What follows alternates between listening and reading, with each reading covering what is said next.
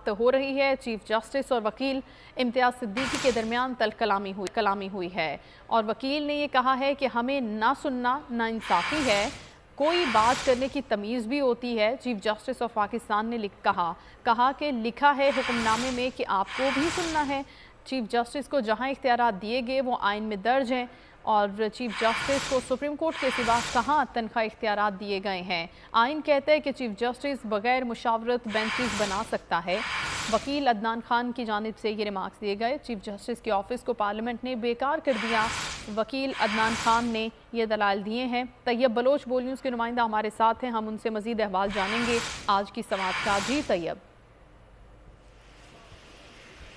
Ji, Supreme Court practice and procedure act पर आज तीसरी समाअत जो है वो जारी है। अब से कुछ देर कबल जो है वो समाअत में वक्फा किया गया था। समाअत में वक्फा जो है वो जस्टिस मुनीब अख्तर की वजह से किया गया, क्योंकि जस्टिस मुनीब अख्तर ने जो है वो एक चिट के ऊपर अपने करीबी साथी साथ बैठे हुए जस्टिस जाजुल एहसन को कुछ लिख के दिया और जस्टिस जाजुल एहसन ने वो चिट जो है चीफ जस्टिस ऑफ पाकिस्तान काजी फैज़ ईसा को जो है फॉरवर्ड की और जिसके बाद जस्टिस जाजुल एहसन और चीफ जस्टिस ने आपस में कोई सरगोशी भी की और उसके बाद समाअत में जो है वो वक्फा कर दिया। और समाअत के वक्त जो है वो पाकिस्तान मुस्लिम लीग काफ के जो वकील हैं ज़ैद इब्राहिम, वो supreme Court practice and procedure act के हक में जो है वो दलाल दे रहे थे। और आज ये तीसरी समाअत है। टोटल जो है वो 2 समाअतें पहले हो चुकी हैं और ये तीसरी समाअत है और इसको भी लाइव स्ट्रीमिंग के जरिए जो है अवाम नास को बरह रास्त दिखाया जा रहा है। लेकिन आज की समाअत में सबसे अहम बात ये रही कि जिन दरख्वास्त गुजारों ने supreme Court practice and procedure act को जो है वो सुप्रीम कोर्ट में चैलेंज किया था, उन सब के दलाइल जो है वो मुकम्मल हो चुके हैं और अब जो वो फ्रीकैन जो है वो दलाइल दे रहे हैं जो supreme Court practice and procedure act के हक में है।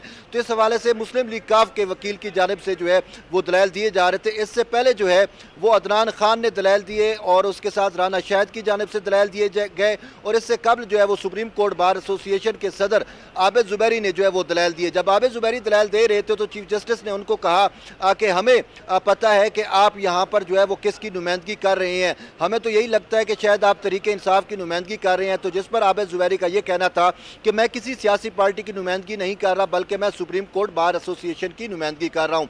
तो इस पर चीफ जस्टिस ने कहा कि अगर आप सुप्रीम कोर्ट बार एसोसिएशन की नुमाइंदगी कर रहे हैं तो आप हमें सबसे पहले ये बताएं कि 184(3) पर जो है वो सुप्रीम कोर्ट बार एसोसिएशन का क्या मौक़िफ़ है। चीफ जस्टिस ने कहा कि 184(3) का जो है वो माजी में गलत इस्तेमाल किया गया। हो सकता है आपकी राय ये हो कि ये कानून जो है या ये आर्टिकल जो है इसका दुरुस्त इस्तेमाल किया गया, ये भी हो सकता है कि आप ये कहें कि इसका गलत इस्तेमाल किया गया, या ये भी हो सकता है कि आप कहें कि इसका सही भी इस्तेमाल हुआ और गलत भी इस्तेमाल हुआ।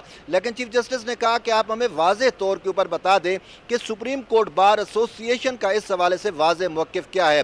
तो आबिद ज़ुबैरी का ये कहना था कि मेरा मौक़िफ़ यही है कि 184(3) अगरचे दुरुस्त है और इसका बसा औक़ात दुरुस्त इस्तेमाल भी किया गया और बसा औक़ात इसका गलत भी इस्तेमाल किया गया। और आबिद ज़ुबैरी का ये कहना था कि एक supreme Court practice and procedure act के ज़रिए जो चीफ जस्टिस के इख्तियारात हैं उन पर कदगन लगाई गई और उन इख्तियारात को तकसीम करने की कोशिश की गई जो कि सुप्रीम कोर्ट के इंतज़ामी मामलात में बरह रास्त पार्लिमान की मुदाखलत है। इस पर चीफ जस्टिस ने कहा कि अगर जो है वो सुप्रीम कोर्ट अपने तौर पर रूल्स ना बनाए और इस सवाल से कोई इक़दामात ना करे तो क्या फिर पार्लियामेंट को इख्तियार नहीं है कि वो इस हवाले से जो है वो अपने कानून बना सकती है।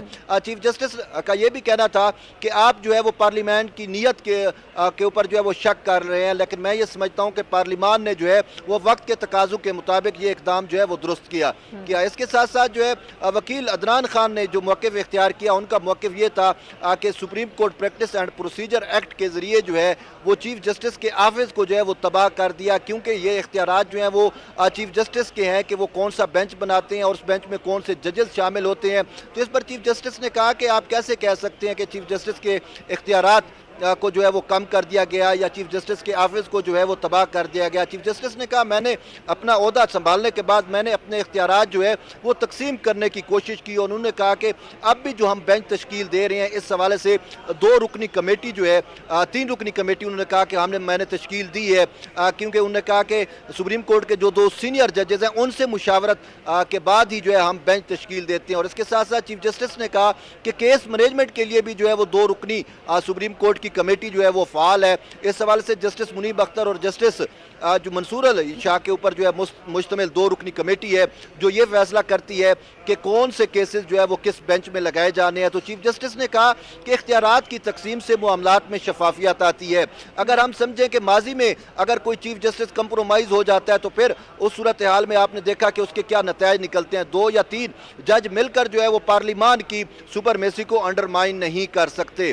तो ये चीफ जस्टिस के जो है वाज़े तौर के ऊपर रिमार्क्स थे। इसके साथ साथ जब मुस्लिम लीग काफ के वकील जो है वो दलाल दे रहे थे तो उनका ये कहना था कि पार्लिमान सुप्रीम है, पार्लिमान जो है वो इस हवाले से कानून साजी कर सकती है। और उसके साथ साथ उनका ये भी मौक़िफ़ था कि चीफ जस्टिस के जो इंतज़ामी इख्तियारात हैं तो चीफ जस्टिस वो इख्तियारात अपने जो है वो सही तौर के ऊपर इस्तेमाल नहीं कर रहे थे और वक्त के तकाज़ों को मद्देनज़र रखते हुए पार्लिमान ने जो है वो चीफ जस्टिस के इख्तियारात को तकसीम किया। और उन्होंने कहा कि बाहर के लोगों को वो इख्तियारात नहीं दिए गए बल्कि सुप्रीम कोर्ट के जो 2 सीनियर तरीन जज हैं उनको ये इख्तियारात दिए गए। और यूँ जो बेंचेस की तश्कील है या 184(3) के जो मुकदमात हैं उस हवाले से सुप्रीम कोर्ट के चीफ जस्टिस और 2 सीनियर तरीन जजेस पर मुश्तमिल एक कमेटी बनाई गई है।